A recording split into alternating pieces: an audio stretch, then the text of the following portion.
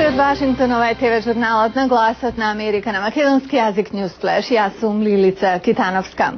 Убиен е шефот на пакистански Талебан, потврдено од официјални пакистански извори, но не и од американски.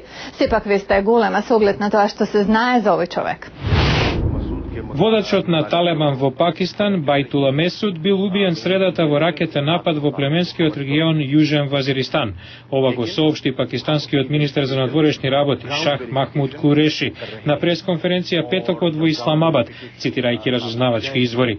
Предходно разузнавачки лица јавија дека Месуд бил погребан во селото Наргусани, недалеку од местото каде, како што се претпоставува, Назир Буто во декември 2007, иако тој негираше.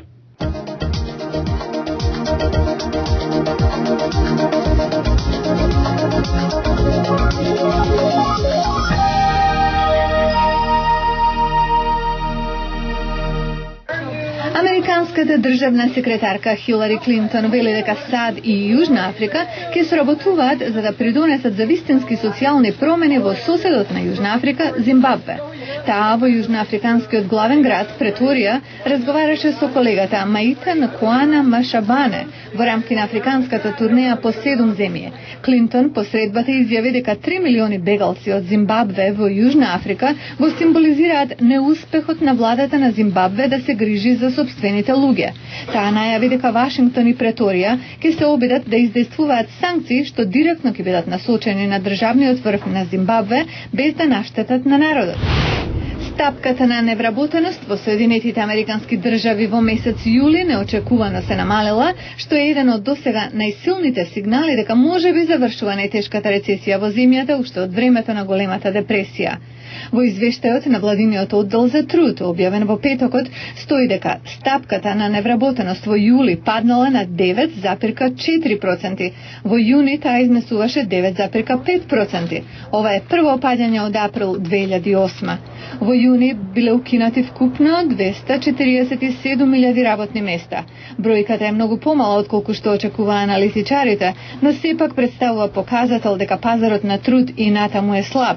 Во моментов, во САД има вкупно 14,5 милиони невработени.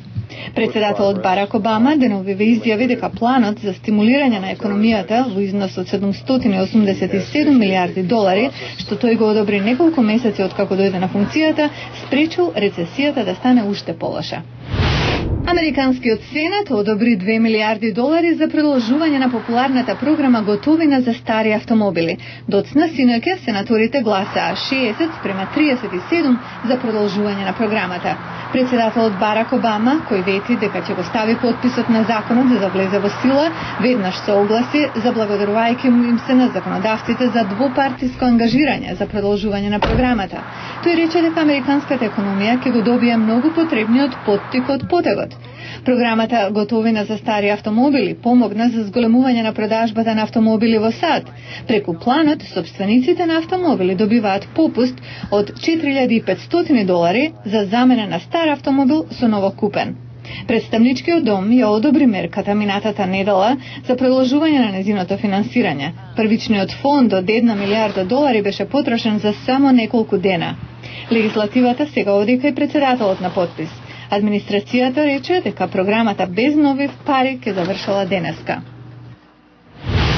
Една жена во Толедо, Охајо, е на пат да ги промени кај некои негативните перцепции за исламската вера на Запад. Стана прва жена раководител на џамија. Вели, целта е да му покаже на немуслиманскиот свет дека муслиманските жени можат да станат што сакаат. Како многу афганистански жени, Салмена Садики сака да биде дома со семејството. Да готви. Но, за разлика од многу други муслимански жени, Салмена игра важна улога надвор од домот во муслиманската заедница на Толедо. Таа е првата жена која преседава со исламскиот центар Масџид Саад, што вклучува исламско училиште и џамија. Ова е тешка работа, одговорна. Секоја секунда мислам, ќе успеам ли да одговорам на вистински начин. Толедо е индустријски град во Охајо во центарот на САД. Исламскиот центар израснал од мало место за молитви пред 20 години. Салмена сака да ги промени негативните стереотипи што некои ги имаат спрема исламот, особено спрема жените. Таа вели дека правилата според кои жената не смее да излезе од дома без машка придружба, забрана за образование, задолжително покривање на главата, се вкоренети во културата, а не во исламската традиција. Прашање на изборе, вели таа, и посочува дека жените во домаќинството на пророкот Мухамед не се криеле, не живееле зад завеси, ѕидови, туку оделе во битки, биле во бизнисот. Салмена работи во семејниот бизнис, го води книговодството и го одржува компјутерскиот систем на автопредставништвото на незиниот сопруг Ахмад. Всушност, Ахмад ја поттикнал да стане председател на Исламскиот центар.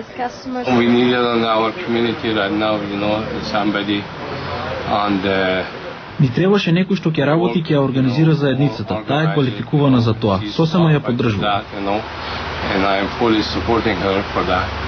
Салмена вели, најдобро се менуваат перцепциите преку пример. Нејзиното назначување е за 1 година. Во исламот единствената позиција на која жена не може да дојде е имам.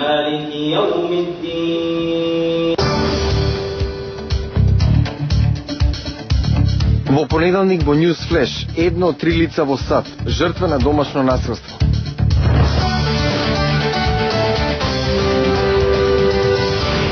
И тоа беше се за оваа емисија на News Flash од Гласот на Америка на македонски јазик. Јас сум Лилица Китановска. Ве поздравуваме за оваа недела со потсетување, секогаш ќе најдете информации и на нашата веб страница glasnaamerika.com. До гледање.